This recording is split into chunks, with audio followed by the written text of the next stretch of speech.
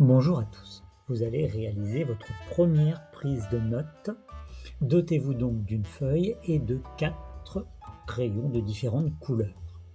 Et commencez par inscrire le titre, description macroscopique de la matière, ainsi que le plan de travail numéro 1 auquel appartient cette capsule.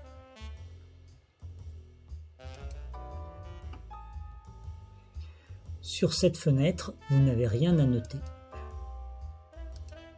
En effet, un chimiste peut être amené à identifier des substances inconnues, et c'est ce que vous allez devoir faire dans cette première partie d'année. Pour ce faire, la première faculté à mettre en œuvre, c'est l'observation. Il s'agit de commencer à regarder si cette substance est colorée, si elle contient des choses, etc., etc. Puis ensuite, on peut être amené à effectuer des mesures, comme par exemple des mesures de température, ou des mesures de masse, des mesures de volume, ou encore des mesures de pression, etc., etc. Dans les TP, vous réaliserez en effet différentes mesures de ce genre. Puis, on peut également être amené à effectuer différents tests. Vous en avez vu un certain nombre au collège, les tests d'identification d'ions, comme les ions chlorure, les ions métalliques, etc., etc. Mais également identifier certains gaz, comme le dihydrogène, le dioxygène. Là encore, vous allez être amené à refaire certains tests cette année. Commençons désormais la prise de notes par ces 2 premières définitions. Le corps pur. Un corps pur est constitué d'une seule espèce chimique. Cette définition est à noter et à connaître. Comme exemple, nous avons l'eau, qui est constituée en effet très majoritairement, voire intégralement, de molécules d'eau H2O. Mais on peut aussi avoir un flacon plein d'un seul gaz, comme le dioxygène, à ce moment-là constitué d'une seule molécule O2.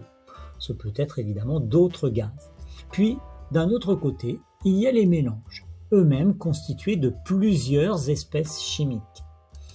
Là encore, vous devez noter cette définition. Un des exemples, c'est l'eau sucrée, constituée de molécules d'eau, H2O, mais également de molécules de sucre. Il existe bien évidemment beaucoup d'autres mélanges. Poursuivons avec les différents types de mélanges. Il y a les mélanges homogènes. Pour ces mélanges, on ne peut pas distinguer les constituants à l'œil nu. Ils sont alors constitués d'une seule phase visible. Là encore, cette définition d'un mélange homogène est à noter.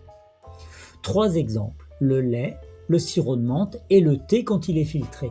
En effet, ces 3 substances chimiques apparaissent comme étant des mélanges homogènes, c'est-à-dire pour lesquels on ne voit à l'œil nu qu'une seule phase. On n'a pas l'impression que ce sont des mélanges. Puis d'un autre côté, on a les mélanges hétérogènes, pour lesquels on va pouvoir distinguer au moins 2 constituants à l'œil nu. On verra alors plusieurs phases. 3 exemples. Premier exemple, le mélange eau-huile, pour lequel on a une phase qui est constituée d'huile, qui est au-dessus, et une phase qui est constituée d'eau, qui est en dessous. C'est ce qu'on appelle des mélanges ou des phases liquide-liquide. Mais nous avons aussi des mélanges comme l'eau boueuse, pour laquelle une des phases est liquide et l'autre est solide. En effet, la phase liquide, constituée d'eau et de substances dissoutes, et la deuxième phase solide, constituée de gravier ou de substances non dissoutes, qui restent évidemment dans cette eau boueuse. Et enfin, dernier exemple, une boisson gazeuse dans laquelle on a du liquide, mais également des bulles qui matérialisent le gaz, donc une phase gazeuse sous forme de bulles. Terminons maintenant par la composition d'un mélange que vous devrez connaître, qui est l'air. En effet, l'air est un mélange de 2 gaz majoritaires, le diazote et le dioxygène.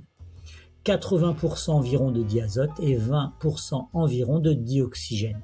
Il y a en effet d'autres gaz, mais largement minoritaires, qui constituent à peu près entre 1 à 2%.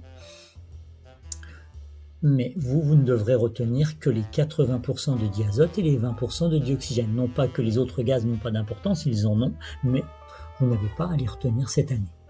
Voilà, cette première prise de notes se termine. Il vous reste maintenant à faire une photographie et à l'envoyer sur Classroom. Je vous dis à bientôt.